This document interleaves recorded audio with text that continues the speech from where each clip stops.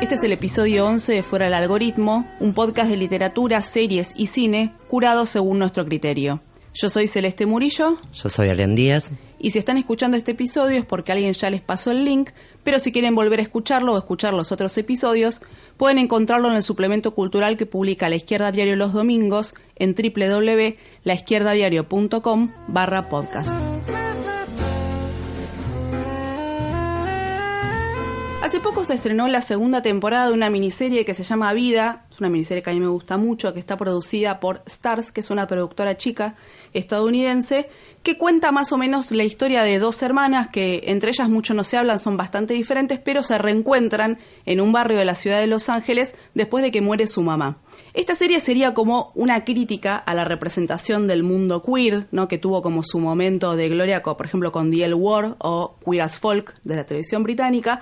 Sería más o menos lo que fue Girls a Sex and the City, una versión como más moderna y sobre todo menos blanca, menos clase mediera, menos heterosexual. Sería como una crítica a la homogeneidad, a la forma en la que se representa a las personas LGBT, la forma de ser lesbiana, de ser gay, de ser una persona trans. En esta serie el problema de la raza es muy importante, como les decía, sucede en la ciudad de Los Ángeles. Ellas son dos chicas mexicano-americanas, o sea, son estadounidenses, hijas de una familia mexicana. Esto tiene mucho peso no solo en la sociedad estadounidense, sino que también cada vez más en las producciones culturales. También está muy metido el problema de la clase, aparecen los condicionamientos materiales, también los prejuicios, como los obstáculos o las barreras para vivir de una forma más o menos libre o lo más parecida a lo que vos te gustaría. En esta serie algo llamativo es que casi no hay ricos. Por ejemplo, están estas dos hermanas que se llaman Lynn y Emma, son como personas como aspiracionales, les gustaría ser ricas, pero la verdad es que se enfrentan con un montón de problemas económicos, empezando por un bar que es como el centro de esta historia, que ellas tienen como que sacar a flote. Claro, que es la herencia que les dejó la madre. Es la herencia que le dejó la madre, que tiene bastantes problemas porque tiene deudas, ¿no? Está hecho bolsa, es un gran problema. Uno de los problemas centrales que se discuten en esta serie es el tema de la identidad, desde dos aspectos principales. Uno es el de la identidad latina. ¿Qué significa ser latino hoy o latina en Estados Unidos? Ellos incluso usan una palabra que es Latinx, que es donde se mete ahí un poco el lenguaje inclusivo, que en otros episodios ya hablamos, que no solamente está presente en el castellano, en el español, también está en el inglés e incluso en el Spanglish, que es más o menos el idioma en el que está hablado esta serie. El otro tema también donde se ve esto de la identidad es cómo es ser latino, o sea, cómo uno se comporta. Cuáles son las conductas, por ejemplo, están las discusiones de no, para los latinos es importante la palabra y no tanto los documentos escritos, ¿no? Versus la idiosincrasia estadounidense que hace un contrato para todo.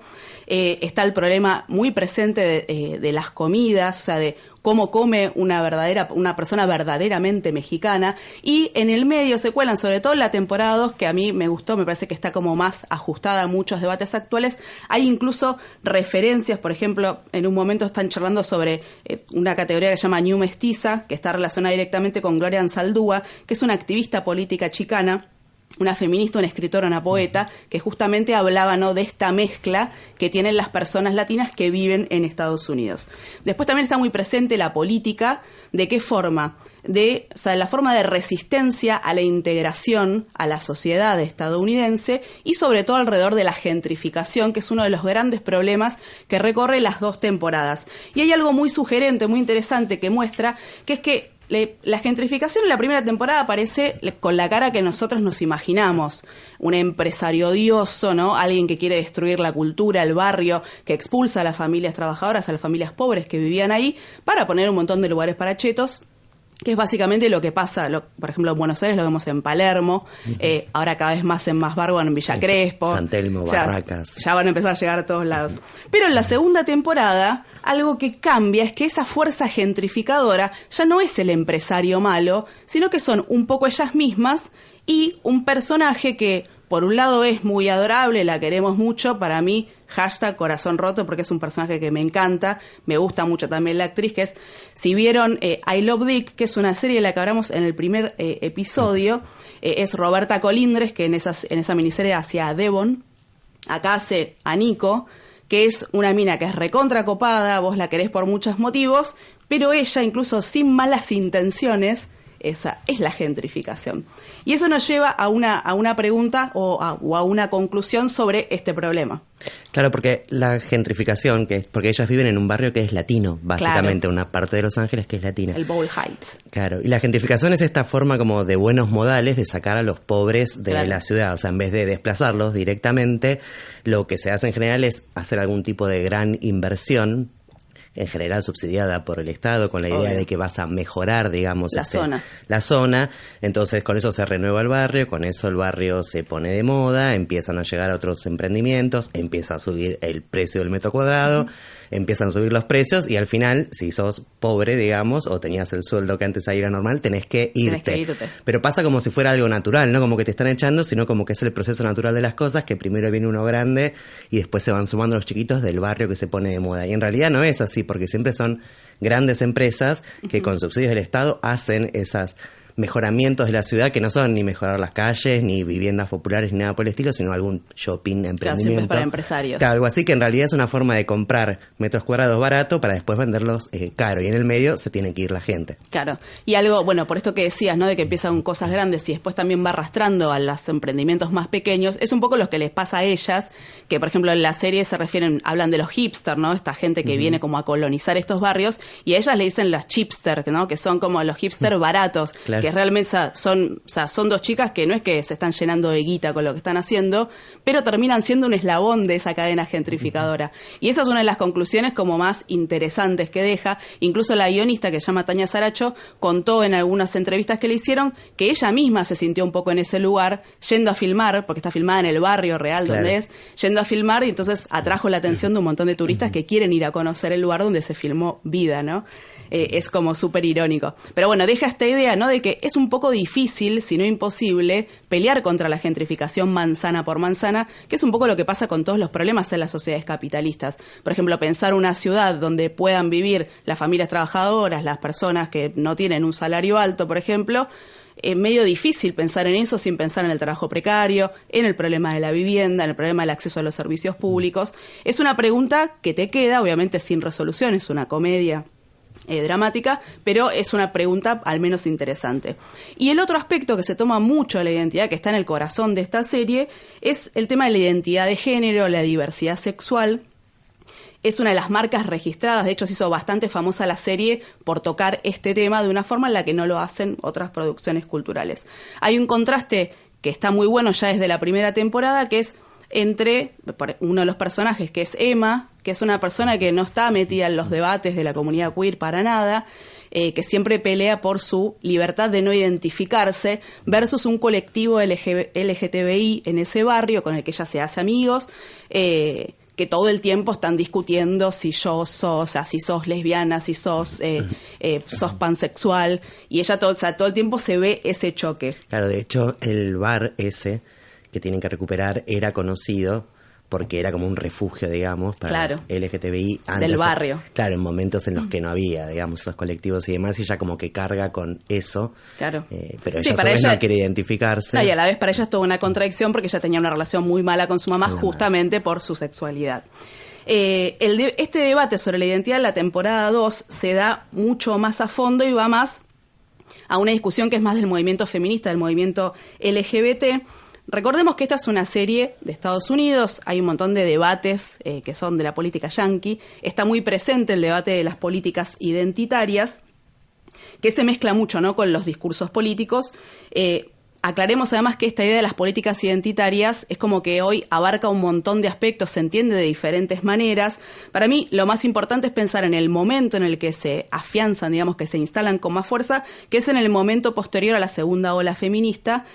En ese momento donde también el feminismo y también el movimiento LGTBI pasaba un poco de la calle al palacio, o sea, se iba de la manifestación callejera a los lobbies parlamentarios, a las agencias gubernamentales, y es como que existió una transformación de las luchas contra la opresión, es como que se redujo a un tema de igualdad de oportunidades en una sociedad, la sociedad capitalista, que sabemos que la igualdad es un término muy relativo, sobre todo por la desigualdad de origen que tiene esta sociedad, que es donde una minoría vive a expensas de la explotación del trabajo de la mayoría de las personas. Este fenómeno, ¿no?, esta transformación tuvo dos aspectos. Por un lado, se integró a un sector de la élite, ¿no? Del feminismo, de ONGs. Y por otro lado, se ampliaron derechos democráticos muy básicos, que fueron conquistas muy importantes, pero que en los hechos solo solo tienen acceso a algunas personas, justamente porque todas las sociedades capitalistas, incluso las que tienen un montón de derechos, están marcadas por esta desigualdad. Existe un debate alrededor de este momento muy conocido, que fue un debate entre Nancy Fraser y Judith Butler, que son dos feministas muy diferentes entre ellas. Las dos, a su manera, son críticas de las sociedades capitalistas, que fue un debate que se bautizó como el reconocimiento versus distribución, ¿no? Si había que discutir, que se reconozcan nuestros derechos y nuestra identidad, o si había que ir a la discusión de que la distribución de los ingresos en las sociedades capitalistas eran desiguales, y eso, empapa todo. Sí, Butler, para agregar un poquito, Butler es la fundadora de lo que se llama la teoría queer, ¿no? Así es. Que es esa que insiste que el género y la sexualidad no son naturales, sino que están construidos socialmente. Pero ¿qué es lo que pasa? Como en esta sociedad lo predominante es lo heterosexual, uno tiende a elegir ser hombre o mujer heterosexual en general, y es muy difícil tener una sexualidad distinta. Claro. De hecho, las palabras, hablando del problema del lenguaje, en inglés, heterosexual es straight, que es recto. Claro, recto. Y queer, justamente por eso le ponen el nombre a la teoría, es lo que sería lo torcido respecto a esa norma, claro. Exacto. Algo interesante, ¿no? Esta discusión provocó toda una división, ¿no? Si estabas del lado de Fraser, del lado de Butler, es una discusión mucho más compleja. Yo, si tengo que elegir, creo que me pongo un poco más del lado de Nancy Fraser, sobre todo por la crítica que hace no solamente a las democracias capitalistas, sino sobre todo al feminismo liberal, que fue como el feminismo mainstream, que sigue siendo bastante dominante hasta hoy. Lo cual no quiere decir que Butler no haya hecho críticas muy interesantes a cómo se vive en el capitalismo. Bueno, un poco de lo que decías. Hay que decir igual que esta contraposición no existe tanto en la vida real, sino que es sobre todo un debate más académico, que también tiene consecuencias después en los debates políticos, sobre todo en el feminismo. Hay prejuicios tanto en el feminismo como en muchos partidos de izquierda, organizaciones de izquierda. Hay visiones reduccionistas. Es cierto que es algo que critican mucho los feminismos, pero la realidad es que es una parte cada vez más minoritaria, y más bien lo que hizo sobre todo en los últimos años la movilización de las mujeres en un montón de ciudades, la desnaturalización, las críticas, las discusiones, lo que hacen es justamente desnaturalizar un montón de cosas y poner en discusión, o incluso también muchos entrelazamientos entre la desigualdad que sufren las mujeres y la desigualdad que manda, digamos, en el capitalismo. Claro, porque la discusión que hace bien Fraser y que agrega es que se pueden conceder derechos a la identidad manteniendo las condiciones de desigualdad sociales, que entonces al final a lo sumo son para unas pocas. Ella pone el eje un poco más cercano, aparte en el tiempo, en ese resultado, digamos, de esa integración que viene desde antes, de los 80, 90, cuando Butler empezó a escribir. No, es que aparte es cierto algo que Nancy Fraser señala, es que, justamente estas políticas se instalan y terminan de consolidarse en el mismo momento que el neoliberalismo. Entonces, en los hechos vos ves que sí se pueden integrar algunos derechos para algunas personas sin casi tocar, ¿no?, la estructura central, que es lo que ordena después todas las relaciones en la sociedad. Pero bueno, volviendo un poco a esto de la transformación de la lucha contra la opresión a la igualdad de oportunidades, también existe otro traslado que es de la lucha colectiva a la individual, que esto de la política de la identidad remarca mucho, ¿no? Porque esto de cómo soy yo, cómo me defino, lleva mucho una pelea que antes se daba en la calle y se discutían las estructuras sociales, los condicionamientos que existen, a cómo me defino. Esto, el discurso que tiene esta serie Vida y todos los debates que hay están en este caldo de cultivo, digamos, se dan en este ámbito. Hay un capítulo muy interesante en la temporada 2, que es el episodio 3, que se da en un casamiento gay, que también, ¿no?, tiene toda esta cosa de, bueno, ya ganamos, ¿no? Ya somos aceptados, y tienen una discusión, como un debate visto desde adentro, que está muy bueno, que es agarran a esta chica Emma, que es la que no le gusta mucho definirse, ¿no? Y le empiezan a hacer lo que después ellas mismas hablan, ¿no?, el bullying de la identidad, ¿no? De si sos más lesbiana o no sos más lesbiana, que si no te definís no tenés derecho a decirte queer. Todo ese tipo de cosas, que ahí es donde entra otro personaje que es como el que hace la crítica, que le dice, mira, a mí no me gusta que nosotros mismos seamos la policía de la identidad, yo no estoy a favor de eso. Y esa idea, lo que me pareció interesante, es que abre también a pensar, bueno, ¿qué es lo que termina pesando o qué es lo más importante en estas discusiones? Si es o sea, si vamos a discutir durante horas y horas y horas cómo se define una persona, que igual es un debate que está bien, o si lo que está en el centro es la pelea contra la opresión, es la pelea por la libertad para que cada persona viva como se le canta, y en todo caso lo que tendría que ordenar los debates es, bueno, ¿cómo logramos transformar esta sociedad para que sea un lugar donde cada uno realmente pueda elegir? El problema con esto de la integración de esta ley y la ampliación de derechos no fue tanto los derechos que se conquistaron, sino justamente las críticas que se relegaron, los compromisos que se hicieron, que es una de las críticas que hace Nancy Fraser. Y por eso es interesante que una comedia, ¿no?, que tiene mucha llegada por los temas que toca, porque está buena, es divertida, tome estos debates desde el punto de vista ya no de un lugar de estereotipos y de discutir qué tiene que hacer la gente, sino un debate más desde adentro, digamos, de nuestro lado, a esas formas de pensar la identidad, de pensar los discursos que definen las personas y qué lugar tienen en esta sociedad, ¿no? Qué aspectos de esos discursos son mercantilizados, son absorbidos, que no tiene nada que ver con la importancia de pelear por los derechos de todas las personas y que no se trata de hacer un ranking de las opresiones o de las identidades, sino de reconocer cómo funciona la relación entre la opresión y la explotación, ¿no?, que es lo que marca todas las relaciones en esta sociedad, que funciona ocultando todo el tiempo su desigualdad de origen. Bueno, si pasáramos esto por el algoritmo, podrían salirnos, por ejemplo, modelos de mate, aunque no creo que salgan muchos que usen la bombilla así como pajita para revolver la yerba. Terrible. Porque esta Nico, no lo mencionaste, es argentina. Es argentina hondureña. Y tiene mate, y bueno, cuando va esta Emma, en un momento está en la casa, le da el mate y, no sé... Lo revuelve. Hay que ponerle un bar a esa tomada de mate, es terrible, sí, un atentado a la argentinidad. Y ella aparte no le dice nada, la mira y no le dice nada. No. También podrían salirnos, bueno, por ejemplo, Ciudad de Cuarzo, que es el libro del sociólogo Mike Davis, que describe justamente este proceso de gentrificación que sufre Los Ángeles desde fines de la década del 80, más o menos. Y hoy, bueno, si hoy, por ejemplo, hubieran buscado en Google algo sobre la ciudad de Los Ángeles, salió hace poco una investigación que hizo el diario inglés The Guardian sobre justamente la ciudad de Los Ángeles, donde existe ya una generación, por ejemplo, que nunca vivió en una casa.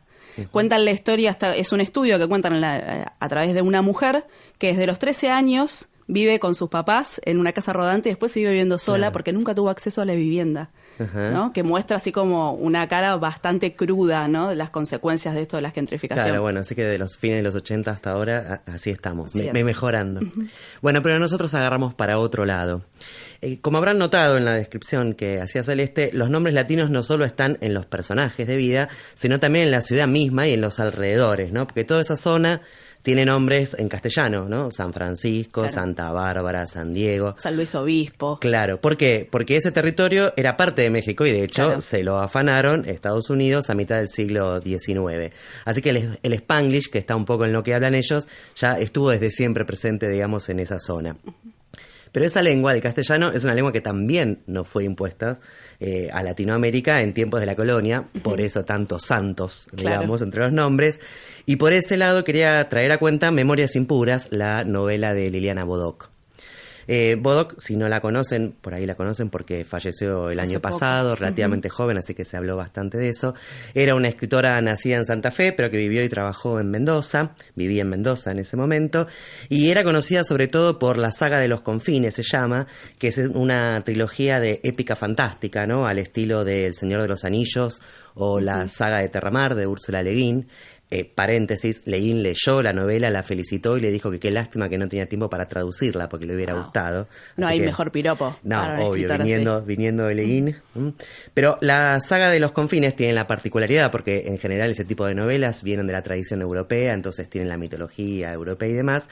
Esta, en cambio, tiene los nombres, la geografía, las costumbres, las creencias ancladas en las tradiciones de los pueblos latinoamericanos, originarios latinoamericanos.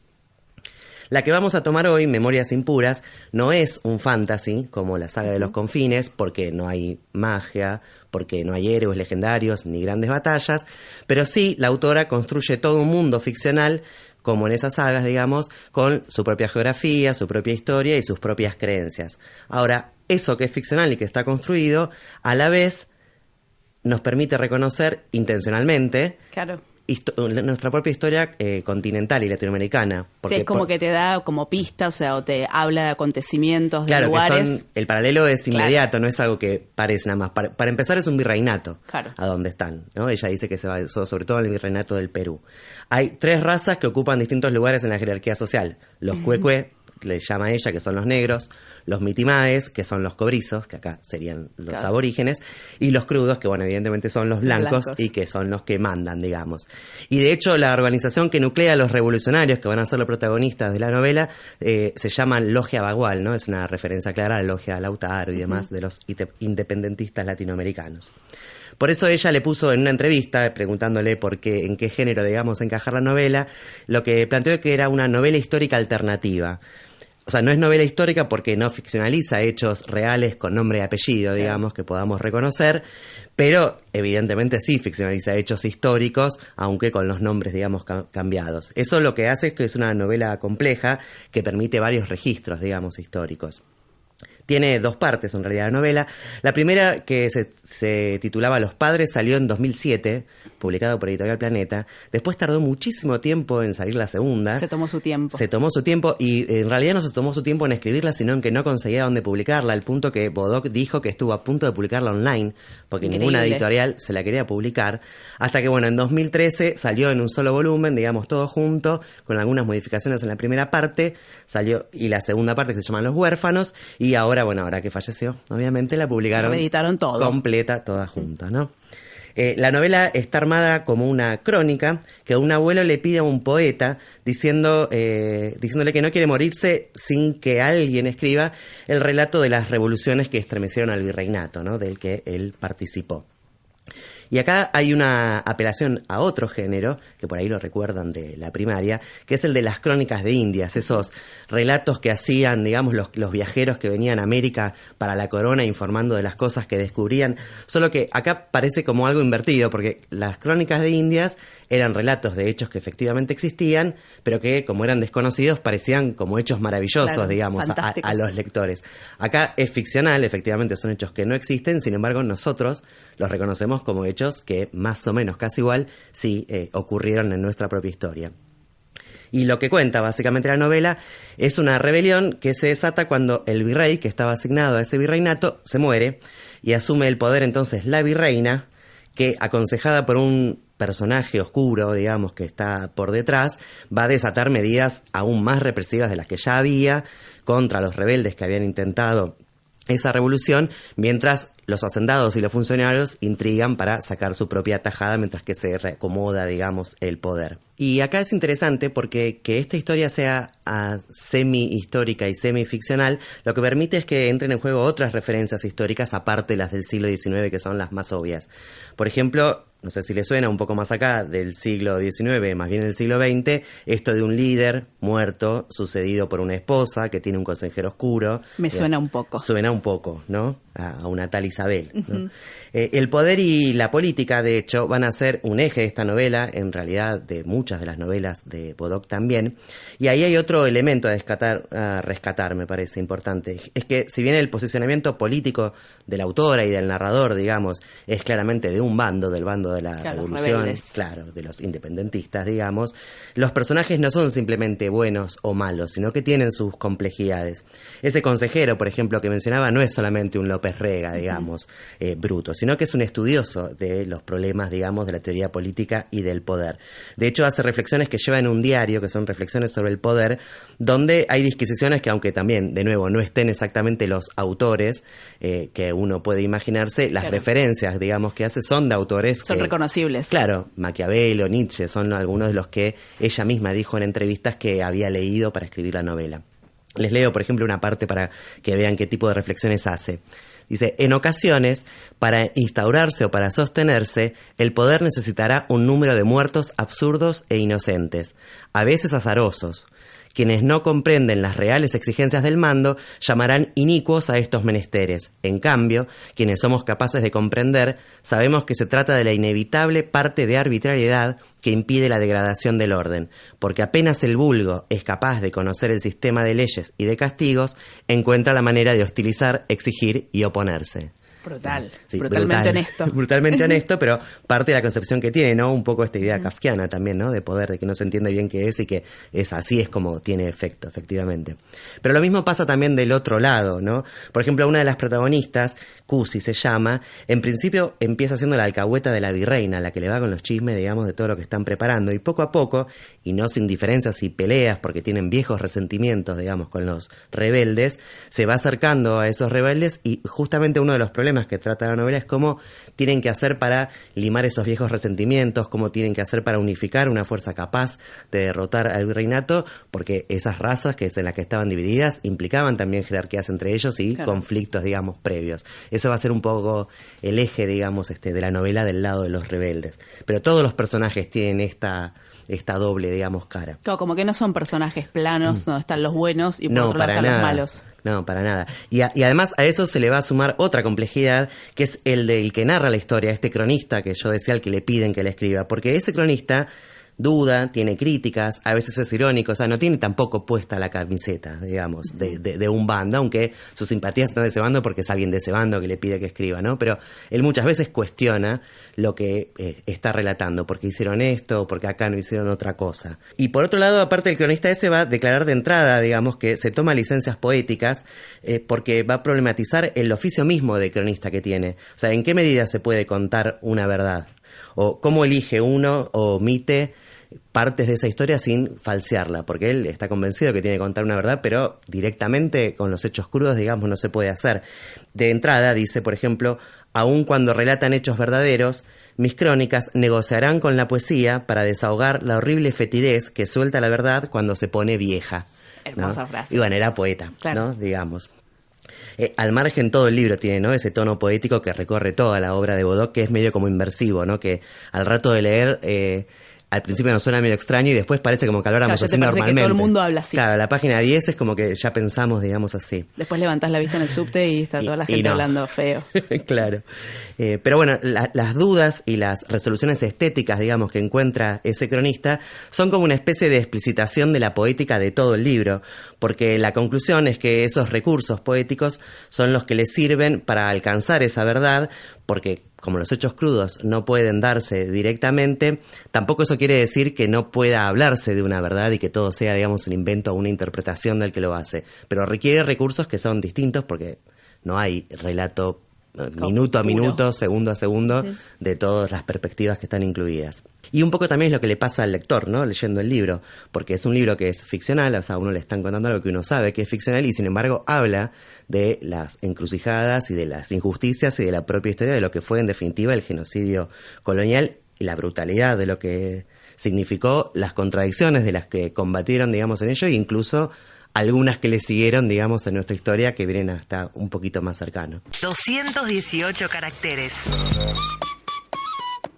Si Úrsula Le Guin hubiese tenido Twitter, podría haber tuiteado: vienen tiempos duros en los que querremos las voces de los autores que pueden ver alternativas a cómo vivimos ahora, realistas de una realidad más amplia. En realidad hay una cuenta de Twitter de Úrsula Le Guin que manejan los herederos, porque como todos saben falleció hace poco, en el mismo año que Bodoc, de hecho, o sea que fue un año terrible, digamos, para el género, a los que les gusta ese género. Pero esto en realidad no lo dijo por Twitter, pero sí en cámaras en 2014, cuando recibió una medalla, digamos, que da una fundación, que sería como la fundación del libro en Estados Unidos, ¿no? Ya grande. La escritora compartió el premio, cito, con todos los autores de fantasía y ciencia ficción que durante 50 años fueron excluidos del canon literario, viendo cómo todos los premios iban a parar a manos de los escritores así llamados realistas. ¿Por qué ese enfrentamiento con los realistas? Bueno, porque a pesar de que entre los escritores que trabajaron lo fantástico figuran muchos premios Nobel, como Pasternak o como Lessing, por ejemplo, y por ejemplo que en la literatura argentina tiene grandes nombres como Borges o Cortázar, digamos, claro, no nombres menores. Sin embargo, en los cánones de la alta cultura, efectivamente el realismo es el que acaparó más premios y tiene más prestigio, ¿no? Como que lo otro es algo secundario, literatura. Sí, como que lo realista es lo serio y claro, esto es como para pasar el tiempo. Género, sí, en general para públicos juveniles, infantiles, claro, y demás. ¿Y a qué se refería Úrsula con la realidad más amplia, digamos? En general, va a decir ahí en la interlocución, que se refiere a los artistas que recuerdan qué es la libertad en un mundo capitalista que parece tener un poder que no deja ninguna escapatoria. Dice, bueno, eso también parecía en su momento de los Reyes y, como sabemos, eso no duró para siempre. Así que esto tampoco tiene por qué durar para siempre. Y más en particular se refería a los artistas que pueden distinguir, dice ella, entre confeccionar una mercancía y practicar un arte, aquellos que saben que publicar un libro no es desarrollar cualquier material escrito de acuerdo a las estrategias de venta que le recomienden.